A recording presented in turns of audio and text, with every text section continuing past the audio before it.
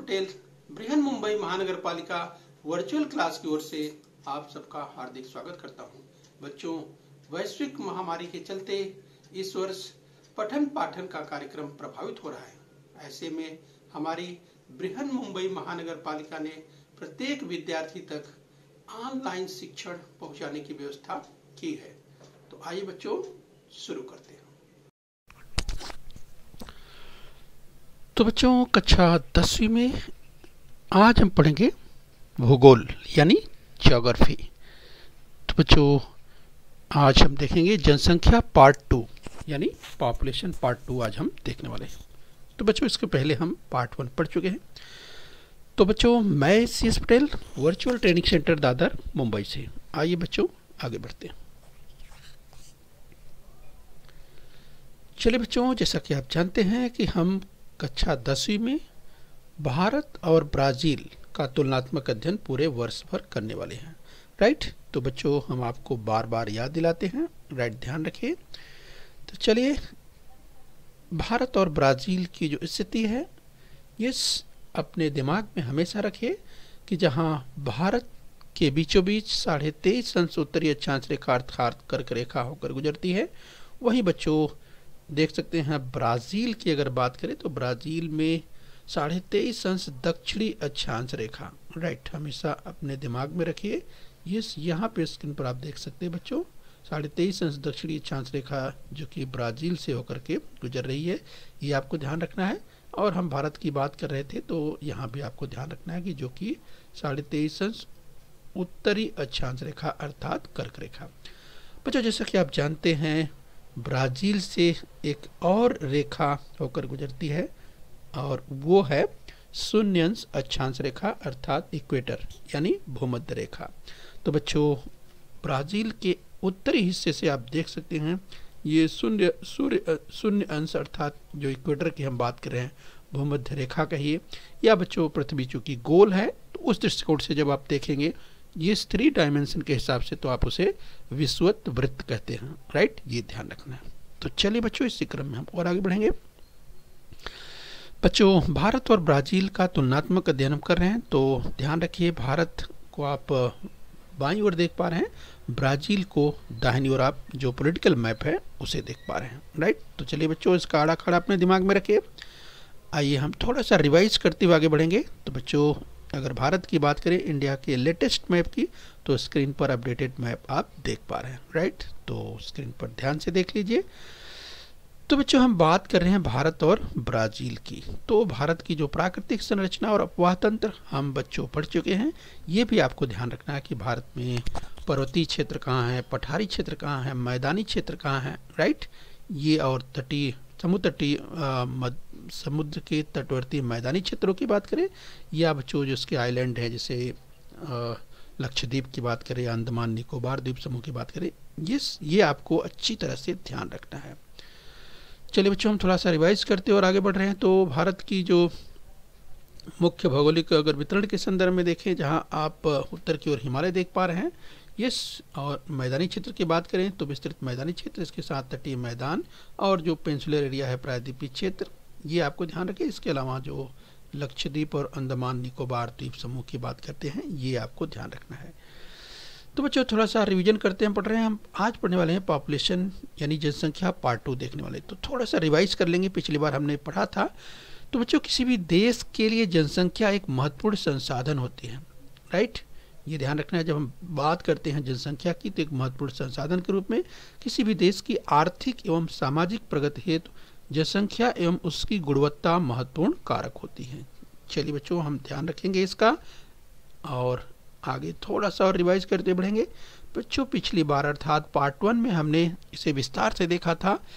यहाँ पर जो जनसंख्या दिखाई गई है बाईं ओर का मानचित्र 1 बिंदु बराबर 2 लाख। तो बच्चों, भारत की जनसंख्या को ध्यान में इस दृष्टिकोण से रखिए कि जहाँ पर भारत में जनसंख्या आपने पार्ट 1 में देखा कि किस तरह से जो अधिक जनसंख्या वाले क्षेत्र आपको दिखाई दे रहे हैं, जहाँ पर डॉट्स जो है बहुत घने दिखाई दे रहे हैं, राइट, ये इसकी चर्चा हमने की थी। वहीं पर अगर स्टेट्स की बात करें तो चाहे इधर पंजाब के इन क्षेत्रों की देखें या उत्तर प्रदेश, बिहार, पश्चिम बंगाल, राइट, केरल, इनकी हम चर्चा पिछली बार हमने किया था। तो ये एक आड़ा खाड़ा अपने दिमाग में जरूर रखिए। ये जनसंख्या कहाँ अधिक है और कहाँ पे कम है ये भी ध्यान रखना है। जैसे जम्मू कश्मीर, हिमाचल प्रदेश, उत्तराखंड, अरुणाचल प्रदेश, राजस्थान, मध्य प्रदेश, छत्तीसगढ़, जहाँ पर जनसंख्या काफ़ी कम है, उस दृष्टिकोण से भी आप ध्यान रखिए। हम जनसंख्या के घनत्व की बात कर रहे हैं। दाहिने और जो मानचित्र है घनत्व दिखा रहा है, ये ध्यान रखिए। चलिए थोड़ा सा रिवाइज करते हुए आगे बढ़ रहे हैं। राइट बच्चों, 2011 की जनगणना के अनुसार अगर बात करें, जिस तो 2011 की जनगणना के अनुसार भारत की जनसंख्या वर्ष 2011 में 121 करोड़ थी और जनसंख्या के अनुसार भारत विश्व में दूसरे स्थान पर है, ये ध्यान रखना है बच्चों। इसके अगर बात करें नंबर 1 पर तो वो है चीन। भारत में विश्व के कुल क्षेत्रफल का 2.41 यानी 2.41% क्षेत्र है, किंतु विश्व की कुल जनसंख्या का 17.5% हिस्सा भारत में है, ये ध्यान रखना है बच्चों। जनगणना 2011 के अनुसार भारत की जनसंख्या का घनत्व 382 व्यक्ति प्रति वर्ग किलोमीटर था, ये आपको ध्यान रखना है। तो चलिए थोड़ा सा रिवाइज करते हुए हम आगे बढ़ रहे हैं बच्चों। चलिए थोड़ी सी ब्राज़ील की भी चर्चा कर लें। ब्राज़ील दक्षिणी अमेरिकी महाद्वीप का सर्वाधिक जनसंख्या वाला देश है। राइट, ध्यान रखिए, दक्षिणी अमेरिका महाद्वीप में सर्वाधिक जनसंख्या वाला देश ब्राज़ील। जनगणना 2010 के अनुसार 19 करोड़, लगभग 19 करोड़ जनसंख्या वाला ब्राज़ील विश्व में 5वें स्थान पर है। क्षेत्रफल के दृष्टिकोण से भी यह देश विश्व में 5वें क्रमांक पर यानी 5th रैंक पर है। पृथ्वी के भूभाग पर 5.6% भाग ब्राज़ील द्वारा व्याप्त है। राइट, इसकी चर्चा हम लोग विस्तार से कर चुके हैं। थोड़ा सा रिवाइज करते हुए हम आगे बढ़ रहे हैं। तो बच्चों आगे हम विस्तार से देखने वाले हैं। राइट, थोड़ा सा और रिवाइज करें। जैसे विश्व की जो केवल 2.78 यानी 2.78% जनसंख्या ही ब्राज़ील में रहती है। ये जबकि भारत में ये विश्व की 17.5%, तो काफ़ी अंतर है। दोनों ही विकासशील देश हैं। इसलिए इस देश में यानी ब्राज़ील की बात करें, ब्राज़ील में जनसंख्या का घनत्व बहुत ही कम है, यानी 23 व्यक्ति केवल प्रति वर्ग किलोमीटर के हिसाब से यहाँ पर लोग रहते हैं। तो बच्चों आइए हम अब विस्तार से देखने वाले इसे, यानी हम बात करेंगे जनसंख्या की संरचना, यानी जिसे पॉपुलेशन कंपोजिशन सेक्स रेशियो यानी लिंग अनुपात देखने वाले हैं। तो बच्चों जरा ध्यान से समझने का प्रयास करिए। जब हम बात करते हैं लिंग अनुपात की, तो भारत में प्रति 1000 पुरुषों की तुलना में स्त्रियों की संख्या, ये ध्यान रखिए। यहाँ पर जब हम लिंग अनुपात की बात करते हैं बच्चों, पॉपुलेशन कंपोजिशन की बात कर रहे हैं, तो ध्यान रखिए ये जो जनसंख्या की हम बात कर रहे हैं, जनसंख्या की संरचना की बात कर रहे हैं। राइट बच्चों, ये ध्यान रखना है। इसका मतलब है लिंग अनुपात का मतलब है किसी प्रदेश में प्रति 1000 पुरुषों की तुलना में स्त्रियों की संख्या, यानी प्रति 1000 पुरुषों की तुलना में स्त्रियों की संख्या कितनी है। राइट, तो आपको हम याद दिलाएं बच्चों, भारत में अगर 2011 की जनगणना जो सेंसस है उसका डेटा आपको बताएं, तो उसके अनुसार 943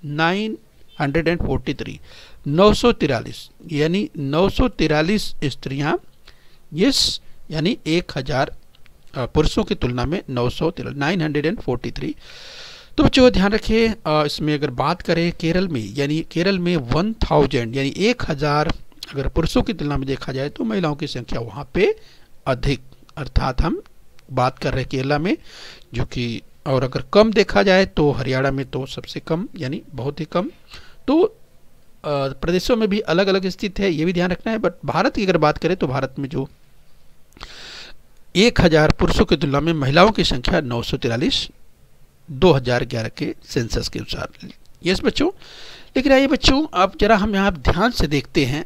हम बात करें अगर ब्राज़ील की, तो जरा आप ध्यान से देखिए। यहाँ पर एक तरफ सबसे पहले आप इसे समझने का प्रयास कीजिए। यहाँ पर देखिए लिखा हुआ है लिंग अनुपात यानी सेक्स रेशियो, और यहाँ देखिए ये जो दिया हुआ है, ऊपर देखिए जो दिया है वो ब्राज़ील का दिया हुआ है, ये ध्यान देखिए, और नीचे जो दिया हुआ है वो भारत का दिया है। राइट, बाईं ओर आप जो देख पा रहे हैं बच्चों, ये लिंग अनुपात देख पा रहे हैं। यहाँ पर जैसे 900, 920, 940।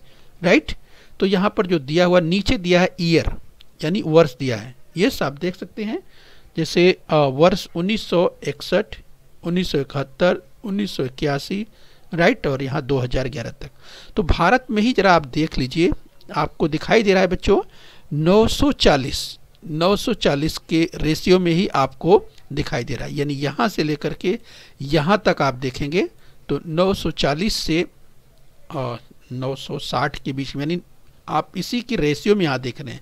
एक तुलनात्मक अध्ययन आप करिए तो आप जरा ब्राज़ील की ओर बढ़िए। ब्राज़ील में बच्चों देखिए 1961 की बात करें तो यहाँ डेटा आपको दिखाई जो दे रहा है वो 1000 के ऊपर दिखाई दे रहा है, राइट। आप देखिए यहाँ पर 1000 है, 1020 है, बीच में 1010। इससे आप समझ सकते हैं कि ब्राज़ील में जो महिलाओं की संख्या है पुरुषों की तुलना में अधिक आपको दिखाई दे रही है, जबकि भारत में कम दिखाई दे रही है, राइट।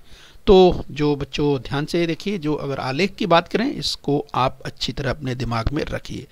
दूसरी बात आपको बच्चों यहाँ पर समझने की ज़रूरत ये है कि जब हम बात करते हैं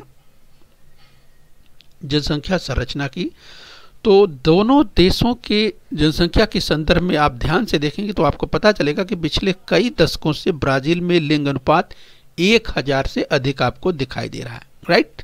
तो कई दशकों को आप देख सकते हैं। यहाँ से जो आंकड़ा आपको दिखाई दे रहा है, ये जो आप देख पा रहे हैं, राइट, ये जो रेड लाइन आप देख पा रहे हैं, ये देखिए 1000 के ऊपर ही दिखाई दे रही है। कहाँ? ब्राज़ील में। बच्चों ध्यान से समझिए।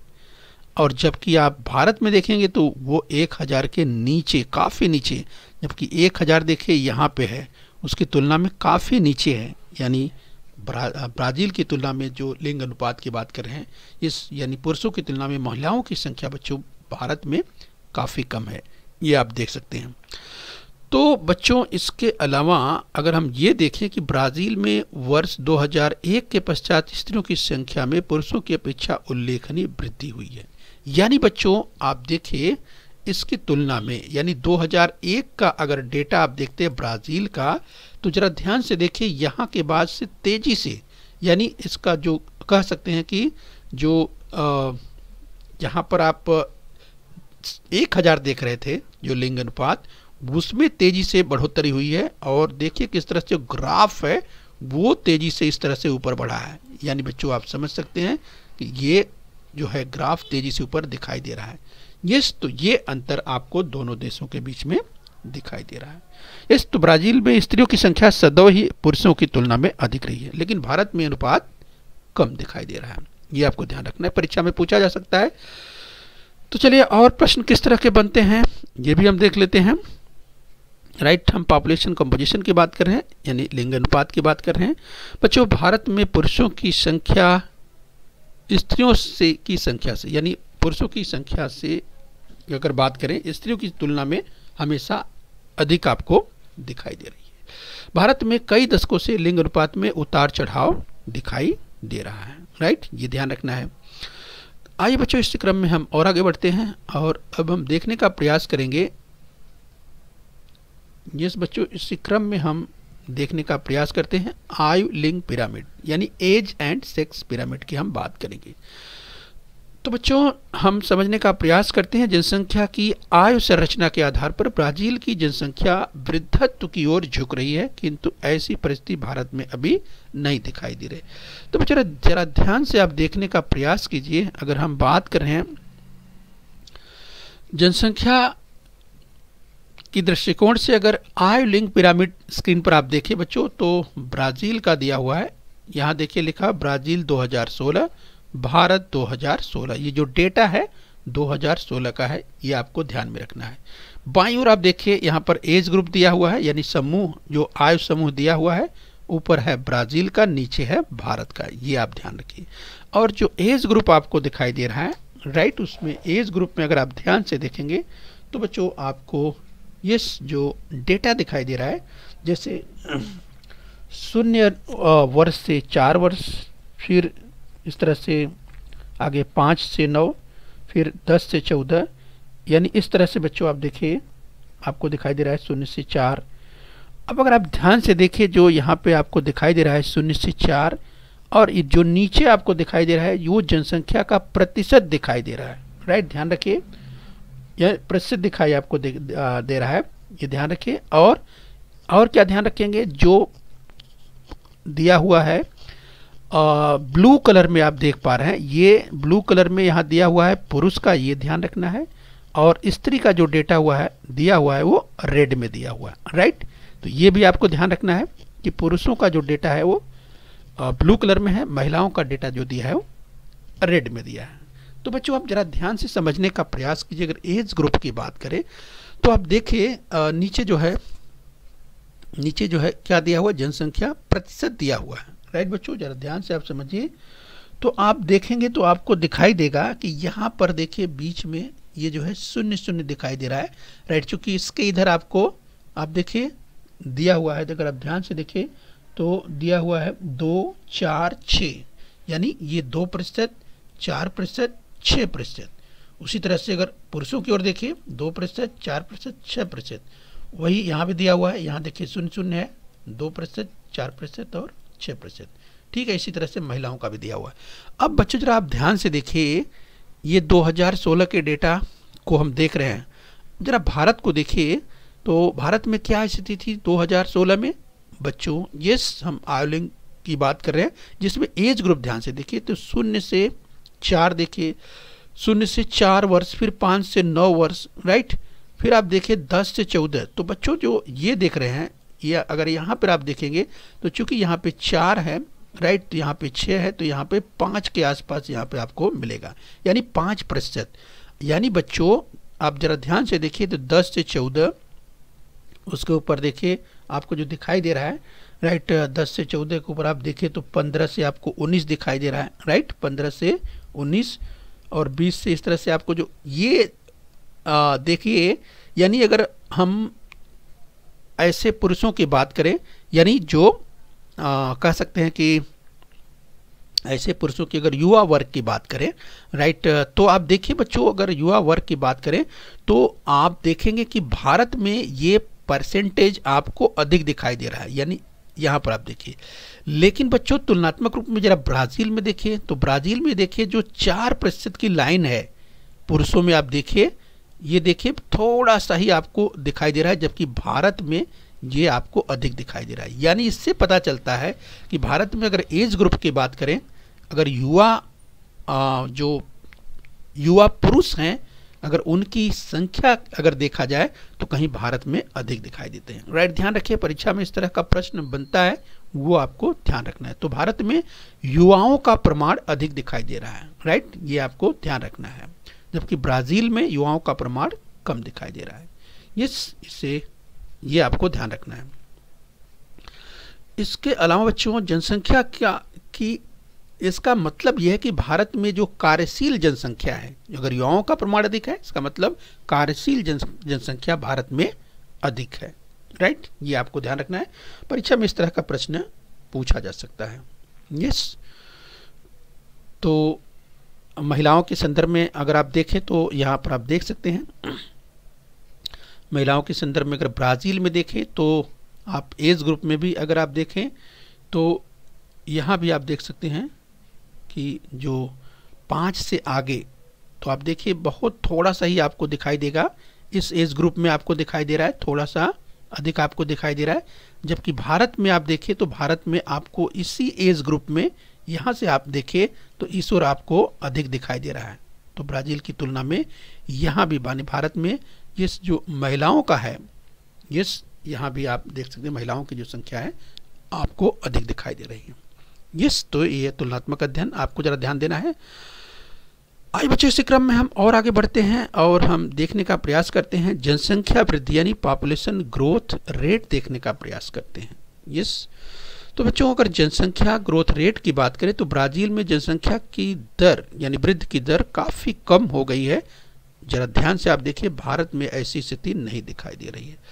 तो बच्चों भारत में अगर जनसंख्या वृद्धि की बात करें तो जरा ध्यान से आप देखिए भारत में जनसंख्या वृद्धि, तो सबसे पहले ध्यान दीजिए कि ऊपर जो दिया गया है वो ब्राज़ील देश का दिया हुआ है, नीचे जो आलेख आपको दिया गया है वो भारत का दिया गया है। राइट, यहाँ देखिए जनसंख्या वृद्धि दर और जनसंख्या वृद्धि दर किस में दिया है, प्रतिशत में। बच्चों जब भी आप किसी आलेख का अध्ययन कर रहे हैं, किसी ग्राफ को समझ रहे हैं या किसी मैप को समझ रहे हैं तो राइट, तो इन तमाम बिंदुओं की ओर बहुत ध्यान देना है। यस, तो बच्चों इस तरह से यहाँ आप जो देख पा रहे हैं जनसंख्या की वृद्धि दर दिखाई दी गई है और यहाँ आप देखिए तो आपको वर्ष दिखाई देंगे, जैसे 1960, 1970, 1980, राइट, डिकेड दिखा है, दशक दिखाए गए हैं, यहाँ वर्ष दिखाए गए हैं। उसी तरह से नीचे भी देखिए भारत की 1961, 1971 जनसंख्या के हिसाब से, जैसे पिछले यानी पार्ट 1 में हमने चर्चा की थी कि भारत में जो जनगणना होती है वो बच्चों डिकेड के शुरू में होती है, जैसे 2021 जो अगला डिकेड शुरू होता है उसके हिसाब से। लेकिन ब्राज़ील में जो जनगणना होती है बच्चों वो डिकेड के लास्ट में होती है, जैसे 1960, 1970, 1980, 1990, राइट। ये आपको ध्यान रखना। तो चलिए बच्चों ध्यान रखिए, यहाँ पर जो डेटा दिया गया है उससे के दृष्टिकोण से आप जरा समझने का प्रयास करिए कि हम अगर भारत की बात करें तो भारत में जो जनसंख्या की वृद्धि आपको दिखाई दे रही है बच्चों, भारत में जनसंख्या की वृद्धि आप देखिए तुलनात्मक रूप में जनसंख्या की वृद्धि आपको दिखाई दे रही है। लेकिन अगर ब्राज़ील में आप देखेंगे तो जनसंख्या की वृद्धि आपको काफ़ी कम दिखाई दे रही है। यस, तो अगर हम भारत की बात करें, जैसे ब्राज़ील में जनसंख्या, अगर ये आंकड़े आपको 2011 की अगर बात करें, यहाँ पर जो आंकड़े दिखाई दे रहे हैं वो 2011 का है, राइट। और ब्राज़ील में जो है देखिए यहाँ पर जो दिखाई दे रहा है आंकड़ा वो 1990 के बाद 2001 आपको दिखाई दे रहा है, राइट। तो जनसंख्या की जो वृद्धि है वो ब्राज़ील में कम दिखाई दे रही है तुलना में भारत की, राइट। अगर हम आपको डेटा 2019-20 का बताएं थोड़ी जानकारी के लिए, तो बच्चों आपको बताएं भारत में 2019 में जो जनसंख्या वृद्धि थी वो 1.02% और 2020 में जो जनसंख्या वृद्धि 0.99% वृद्धि। चलिए जानकारी के लिए ब्राज़ील में ध्यान रखिए जनसंख्या वृद्धि 2019 में 0.75% और अभी अर्थात 2020 में 0.72। जानकारी के लिए ध्यान रखिए बच्चों इसे। तो तुलनात्मक रूप में जनसंख्या की वृद्धि ब्राज़ील में कम है। और देखिए 2001 से 2011 के दशक में भारत की जनसंख्या में 18 करोड़ की वृद्धि हुई, 18 करोड़ भारत में जनसंख्या वृद्धि की दर 1971 तक अधिक थी, उसके बाद ये स्थिर हुई, राइट। तो यहाँ पर आप देख सकते हैं कि जनसंख्या यहाँ पर देखिए बढ़ी थी, यस बढ़ रही थी, लेकिन उसके बाद आपको स्थिर तुलनात्मक रूप में दिखाई दे रही है। चलिए बच्चों ध्यान रखिए। तो बच्चों हम जनसंख्या वृद्धि की बात करें, पॉपुलेशन ग्रोथ रेट समझने का प्रयास करें। वर्तमान में जनसंख्या वृद्धि की दर कम हो रही है परंतु जनसंख्या बढ़ रही है, यानी जनसंख्या वृद्धि की जो दर है, पॉपुलेशन ग्रोथ का जो रेट का परसेंटेज है, राइट, वो तो कम हो रहा है लेकिन जनसंख्या तो बढ़ रही है, राइट। ये आपको ध्यान रखना है। ब्राज़ील के आलेख का निरीक्षण करने पर बच्चों ये समझ में आ रहा है कि वृद्धि की दर कम हो रही है और आने वाले 2 दशकों में ब्राज़ील की जनसंख्या में जो वृद्धि की संभावना कम दिखाई दे रही है। ये पिछले 2 दशकों का अध्ययन हम कर रहे हैं, राइट। तो देख सकते हैं कि जनसंख्या ब्राज़ील में किस तरह से इसका जो ग्राफ है वो देखिए आपको गिरता हुआ तेजी से दिखाई दे रहा है, यस। जबकि भारत में जनसंख्या देखिए 71 की अगर बात करें, इसके हिसाब से अगर देखते हैं तो बढ़ती हुई दिखाई दे रही थी, इसके बाद आपको स्थिर दिखाई दे रही है, इसके बाद थोड़ी कम दिखाई दे रही है। तो चलिए बच्चों हम इसी क्रम में और आगे बढ़ेंगे और अभी हम देखने वाले हैं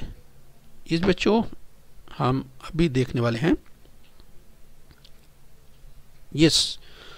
देखने वाले हैं जीवन यानी औसत जीवन प्रत्याशा यानी लाइफ एक्सपेक्टेंसी। बच्चों अगर जीवन प्रत्याशा की बात करें तो जीवन प्रत्याशा का मतलब बच्चों यानी औसत जीवन की बात कही जाती है, यस। यानी ये ध्यान रखना है कि भारत में औसत जीवन प्रत्याशा की अगर बात करें कि भारत में एक व्यक्ति का औसत जीवन कितना है या ब्राज़ील में एक व्यक्ति का औसत जीवन कितना है, उसी को बोलते हैं बच्चों औसत जीवन प्रत्याशा, या उसे इंग्लिश में कहते हैं लाइफ एक्सपेक्टेंसी, राइट। तो औसत जीवन, चलिए ध्यान से स्क्रीन पर देख लीजिए। यहाँ पर ध्यान रखना है कि ऊपर जो आलेख दिया हुआ है वो ब्राज़ील का है, नीचे भारत का है और यहाँ पर औसत जीवन प्रत्याशा दी गई है। अब ये क्या है, जैसे 0, 10, 20, 30, 40, यानी ये किस में दिया है, वर्ष में दिया हुआ है, ये ध्यान रखना है। ये 10 वर्ष, 20 वर्ष, 30, 40, 50, 60, 70, 80 ये वर्ष में दिया हुआ है, यानी इसी तरह से यहाँ पर औसत जीवन प्रत्याशा ये वर्ष में दिया हुआ है, ये आपको ध्यान रखना है। और इधर दिया है यानी ईयर 1960 में, 1970 में, ये 1980, 90, 2000 ये भारत की बात कर रहे हैं। वहीं यहाँ पर 1960, 1970, 1980, 90 यानी ये कितनी, जैसे 1960 में अगर ब्राज़ील की बात करें तो आप देखिए 1960 में आपको 54 यानी दिखाई दे रही है, यानी 54 का मतलब क्या, यानी 54 यानी एक व्यक्ति की ब्राज़ील में जो औसत जीवन प्रत्याशा थी, यानी औसत रूप से जो जीने की अगर हम बात करें तो 54 वर्ष व्यक्ति जीता था 1960 में। लेकिन 1970 में बढ़ा, 59 हुआ, फिर 62, फिर 65, बढ़ता चला गया। आप देखिए 10-10 वर्ष में किस तरह से बढ़ता हुआ आपको दिखाई दे रहा है। ये तो इस तरह से अगर 2016 की बात करें तो ये 75 यानी 75 वर्ष आपको दिखाई दे रहा है। यानी ब्राज़ील में 2016 में लगभग 75 वर्ष, और जो है कि यानी एक व्यक्ति की जो औसत जीवन प्रत्याशा है यानी लाइफ एक्सपेक्टेंसी है वो कितना है, 75 वर्ष ब्राज़ील में। अब बच्चों जरा ध्यान से तुलनात्मक रूप में भारत को देख लीजिए। भारत में देखिए 1960 की बात करें जहां पर 41 के आसपास, 41 के आसपास आपको दिखाई दे रही है। 1970 में देखिए बढ़कर 48, फिर इसके बाद 80 में 54, फिर 1990 में 58, 2000 में 63, 2010 में 67, 2016 में 68 इस बच्चों। और यूँ अगर हम कहें कि 2020 की बात करें और वर्तमान समय की बात करें, जो डेटा उपलब्ध है बच्चों इंटरनेट पर, उसके अनुसार 2020 में 69.73 यानी 69.73 69.73 वर्ष जो है ये वर्तमान समय में डेटा उपलब्ध है इंटरनेट पर। तो ये है भारत की जीवन प्रत्याशा, यानी थोड़ा सा बढ़ी है 2016 की तुलना में। और बच्चों ब्राज़ील की बात करें तो ब्राज़ील में 75 यानी 75 वर्ष, और वर्तमान समय में लगभग वही डेटा उपलब्ध है 75 वर्ष के आसपास। तो तात्पर्य कि जो जीवन प्रत्याशा है, भारत की जो लाइफ एक्सपेक्टेंसी है, तुलनात्मक रूप में इस भारत की आपको बढ़ती हुई दिखाई दे रही है। किसी देश की औसत जीवन प्रत्याशा में हुई वृद्धि सामाजिक प्रगति का महत्वपूर्ण लक्षण है। यानी बच्चों अगर देश की औसत जीवन प्रत्याशा में वृद्धि हो रही है, इसका मतलब सामाजिक प्रगति का महत्वपूर्ण लक्षण जो है दिखाई दे रहा है। बच्चों स्वास्थ्य सुविधाओं का बढ़ना, चिकित्सा के क्षेत्र में प्रगति एवं पौष्टिक आहार मिलने पर जीवन प्रत्याशा बढ़ने लगती है। यस बच्चों, जब किसी के अगर जीवन की अगर हम बात करें, कोई व्यक्ति अगर अधिक जीता है तो स्वाभाविक है कि स्वास्थ्य सुविधाओं का बढ़ना, चिकित्सा के क्षेत्र में प्रगति एवं पौष्टिक आहार अगर लोगों को मिलेगा, यानी अगर सुविधाओं की बात करें, ये चाहे स्वास्थ्य सुविधाओं की बात करें, चिकित्सीय सुविधाओं की बात करें या पौष्टिक आहार की बात करें, तो इसके मिलने से स्वाभाविक है कि जीवन प्रत्याशा यानी लाइफ एक्सपेक्टेंसी उसमें वृद्धि होती है। यस, तो भारत और ब्राज़ील दोनों ही विकासशील देश हैं, राइट, ये आपको ध्यान रखना है। और बच्चों अगर हम जनगणना की बात करें तो सेंसस जो कि दोनों ही देशों में पहली जनगणना का जो सर्वेक्षण था 1872 में हुआ। भारत की जनगणना की जो दशक की हम बात करते हैं जैसे 1961, 1971, राइट, इस हिसाब से होती है, जबकि ब्राज़ील में 1960, 1970 इस हिसाब से इसकी चर्चा हमने की थी, राइट। तो ब्राज़ील में जो GBE है यानी Brazilian institute of geography and statistics, उसके द्वारा हर 10 वर्ष में जनगणना कराई जाती है। और भारत में तो सेंसस ही है, इसकी चर्चा हमने पहले की थी, राइट। तो आइए बच्चों थोड़ा सा इसी संदर्भ में और आगे बढ़ लेते हैं, राइट। तो चलिए बच्चों इसी क्रम में हम और आगे बढ़ेंगे, और अब हम देखने वाले हैं औसत जीवन प्रत्याशा की हम बात कर रहे हैं। यहाँ पर थोड़ी चर्चा और हम करें कि विकासशील देशों में अभी भी औसत प्रत्याशा कम है। यानी बच्चों हम डेवलपिंग कंट्री की बात करते हैं तो भारत और ब्राज़ील जैसे जो देश हैं वो विकासशील देश हैं, डेवलपिंग अर्थात विकास कर रहे हैं। लेकिन बच्चों अगर विकसित देशों की बात करें, अमेरिका या तमाम जो यूरोप के देश हैं, जो डेवलप्ड कंट्रीज हैं, विकसित देश हैं बच्चों, उनकी जीवन प्रत्याशा कहीं और भी अधिक है, राइट, ये आपको ध्यान रखना है। तो चलिए विकासशील देशों को अभी और प्रयास करना है और प्रयत्न करना है और लोगों की औसत जीवन प्रत्याशा को बढ़ाना है। चलिए सुधार हो रहा है। आज बच्चों अब हम साक्षरता प्रमाण की बात कर लेते हैं, लिटरेसी रेट की बात कर लेते हैं। बच्चों साक्षरता अगर प्रमाण की बात करें, इस लिटरेसी रेट की बात करें तो हम अगर आपको दिखाएं, स्क्रीन पर आप देख पा रहे हैं जैसे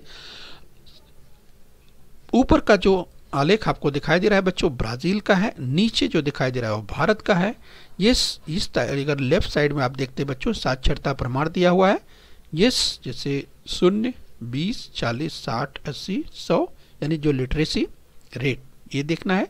और यहाँ नीचे जो दिया है वर्ष दिया हुआ है, ये ध्यान रखना है। जैसे 1982 की बात करें, 1981 की बात करें, ये 1991 की बात करें, ये 2001, इस तरह से 2011 और नीचे भी आप देख सकते हैं 1981। यस, इसी तरह से भारत का भी दिया है 1991, 2001।